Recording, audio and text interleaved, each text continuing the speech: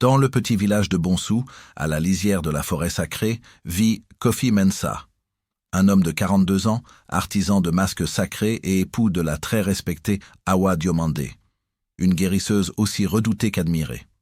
Ensemble, ils incarnent la prospérité, l'union et le savoir ancestral.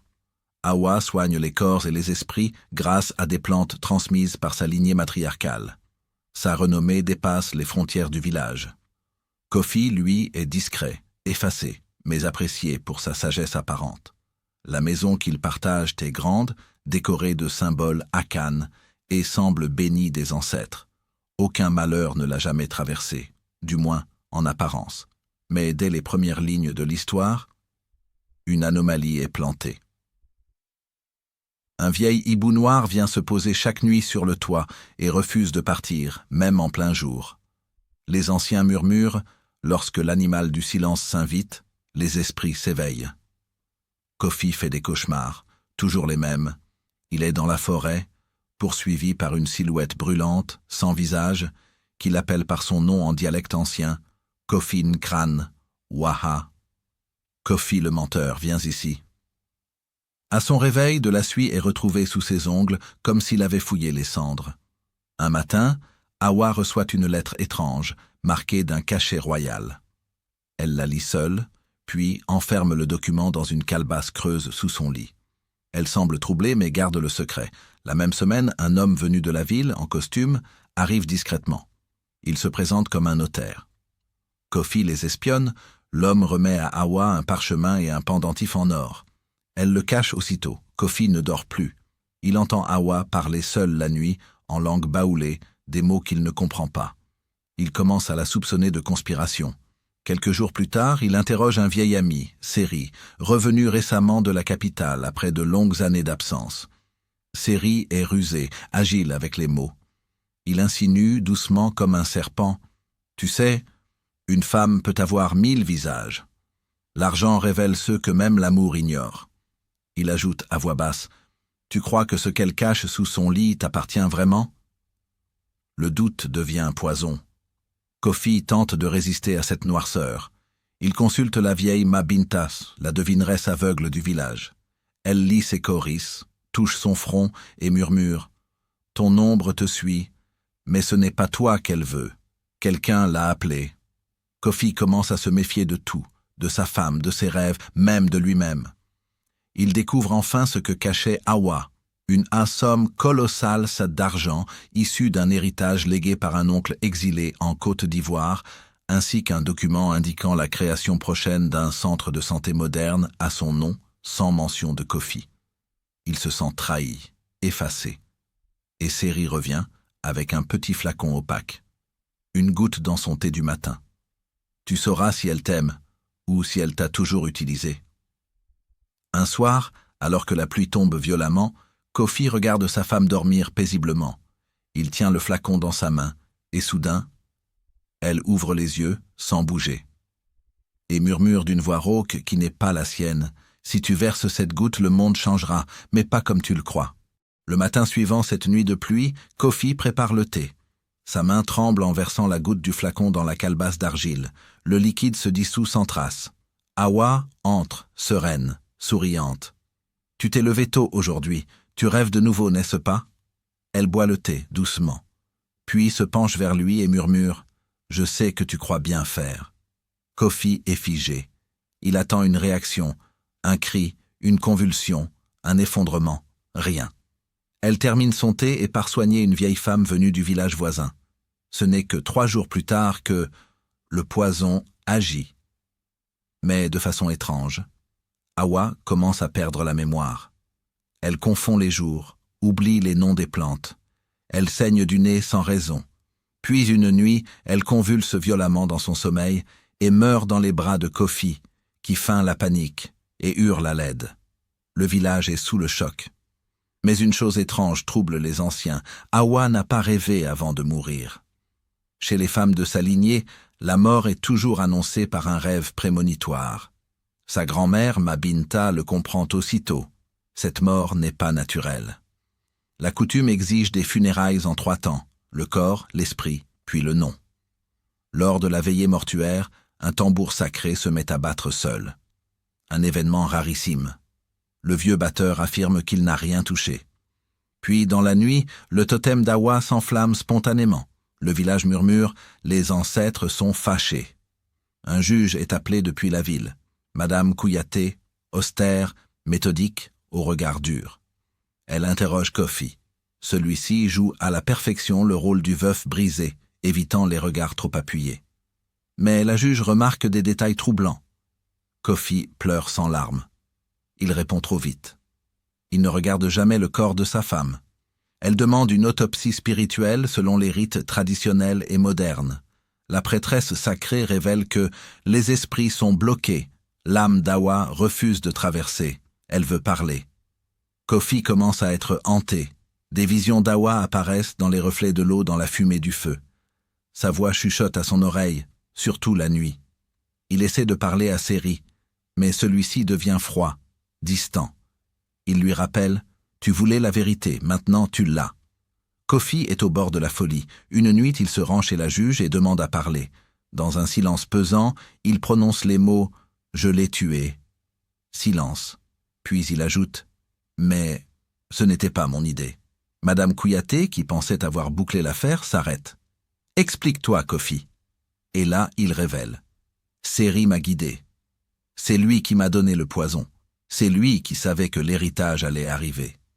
Moi, je voulais juste comprendre pourquoi elle me cachait des choses. » La juge Kouyaté convoque Seri.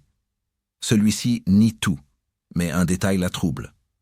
Dans son sac, elle trouve aucun masque en bois que Kofi avait sculpté des années plus tôt. Défiguré, les yeux crevés, la bouche cousue. Le masque saigne. Le village est en état d'alerte spirituelle. Le corps d'Awa ne se décompose pas, une anomalie. Sa peau reste fraîche, comme figée dans le temps. La prêtresse Mabinta décrète que le lien entre le monde des vivants et celui des ancêtres est bloqué. Quelqu'un a brisé l'équilibre. Le procès débute dans la salle commune, car la population a exigé une audience publique. Ce n'est pas qu'un procès d'homme contre l'État. C'est un procès cosmique, vérité contre silence, tradition contre modernité, amour contre trahison. Kofi, enchaîné, regarde la foule. Personne ne soutient son regard. Même les arbres, dit-on, semblent pencher leurs branches loin de lui. Madame la juge Kouyaté s'avance, calme, tranchante. « Vous reconnaissez avoir administré du poison à votre épouse ? Pourquoi ?» Kofi baisse les yeux puis parle, lentement. « Parce qu'elle m'avait oublié. Elle vivait pour ses secrets, pour ses plantes, pour son héritage. Et moi, j'étais l'ombre. » Mais lorsqu'il ajoute « Je n'ai jamais voulu sa mort. Je voulais juste qu'elle me voie. » Une vague de murmures secoue l'assemblée. Kofi poursuit. « C'est Seri. C'est lui qui a versé l'idée dans mon cœur, comme un venin lent. Il m'a donné le flacon et m'a juré que c'était un remède qui la ferait parler. Je ne savais pas. » À ces mots, Seri éclate de rire dans la foule. Regardez-le, ce pauvre fou. Il accuse parce qu'il a peur de se regarder. Mais la prêtresse Mabinta se lève, sa voix tremblante. « Seri, tu portes la marque de l'esprit tordu. » Tous les regards se tournent vers Seri. La juge Kouyaté demande une fouille de sa maison. Ce qu'il découvre fait frissonner même les plus sceptiques. Une salle cachée sous le sol, remplie de masques ensorcelés, tous représentant les membres influents du village. Des poupées rituelles plantées d'aiguilles noires. Une calebasse contenant un fragment d'os. Il s'agit d'un reste humain marqué du sceau d'Awa. Le chef du village murmure « Ceci, ce n'est plus de la jalousie. C'est de la guerre contre l'ordre. » Seri, désormais menacé, ne nie pas. Il sourit et prononce « Awa voulait fonder un nouveau centre de soins, gratuit, hors des traditions. Elle allait détruire notre pouvoir. Il fallait la faire taire. Et Kofi n'était qu'un pion. » Kofi tombe à genoux. Le sol semble se dérober sous lui. Mais alors qu'on pense avoir touché le fond, le plus grand retournement survient. Mabinta demande à pratiquer le dernier rituel ancestral, le Nyame Nyira, le jugement des ancêtres. Kofi est conduit dans la forêt sacrée, seul. Il doit passer la nuit entre 3 arbres liés par des cordes rouges. S'il ment, les esprits se manifesteront par le feu ou le sang. Au lever du jour, les cordes sont brûlées. Kofi est inconscient.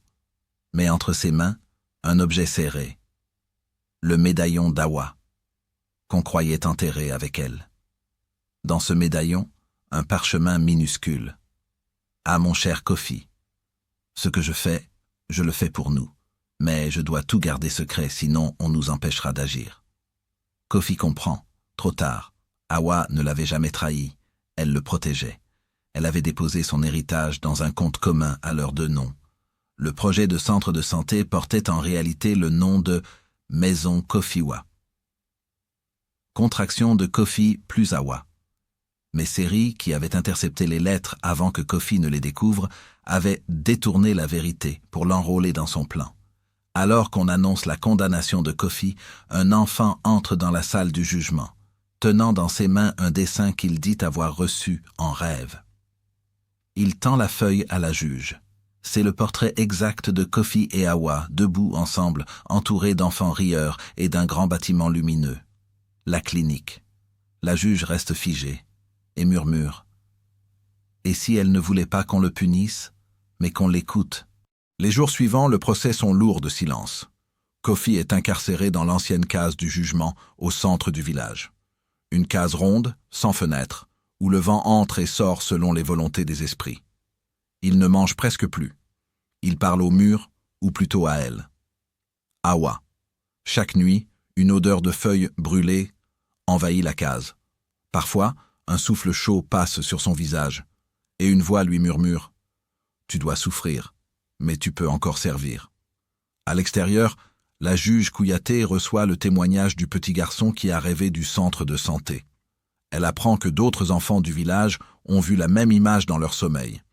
Ma Binta confirme « Les esprits d'Awa et des anciens cherchent à restaurer l'équilibre. Kofi n'est plus un criminel. Il est devenu un canal. » Un conseil des anciens est convoqué. Fait rare. Les jeunes y sont autorisés. Les débats sont vifs. Doit-on exécuter Kofi selon la tradition ou écouter les signes? Un compromis sacré est de voter. Kofi ne mourra pas, mais devra vivre dans le sanctuaire de la forêt pendant 7 ans. Il y servira de gardien du seuil, protégé et surveillé par les esprits. Mais avant son exil, une cérémonie est organisée, le masque de la réparation. Ce masque, il doit le sculpter lui-même, à main nue, sans outils. Le bois lui est fourni par l'arbre foudroyé derrière la tombe d'Awa. Il met des jours à le façonner, se coupant les mains, laissant couler son sang sur le bois. Quand il le termine, le masque a le visage d'Awa. Lorsqu'il le porte, une dernière vision lui apparaît. Ils sont sur une colline, elle et lui. Il tend la main vers elle. Elle lui dit simplement « Tu m'as tué, mais maintenant, tu peux me faire revivre. » 7 ans plus tard, le village a changé. Sous l'impulsion des jeunes, avec le soutien de la juge Kouyaté restée en contact, le centre de santé Kofiwa est construit sur les ruines de l'ancienne case d'Awa. Mi-traditionnel, mi-moderne, il honore les 2 mondes. Le directeur n'est autre que le petit garçon qui avait rêvé du futur. Aujourd'hui adulte, il affirme avoir été guidé chaque nuit par des voix. Il n'a jamais douté que cela devait exister. Le jour de l'inauguration, un vieil homme arrive à pieds nus, les cheveux longs, le regard clair, tenant un masque dans ses bras. C'est Kofi. Il ne parle pas. Il remet simplement le masque à l'entrée du centre. Le petit garçon, devenu médecin, lui dit « Elle m'a dit que tu reviendrais. » Kofi sourit, pour la première fois depuis des années. Puis disparaît dans la foule. La nuit tombe, le village célèbre, mais au cœur de la forêt, près de la case abandonnée. Le feu s'allume une dernière fois. On y voit 2 ombres danser, un homme et une femme, portant chacun un masque. Les anciens diront plus tard, la justice des hommes punit, celle des esprits enseigne. Et parfois, elle sauve.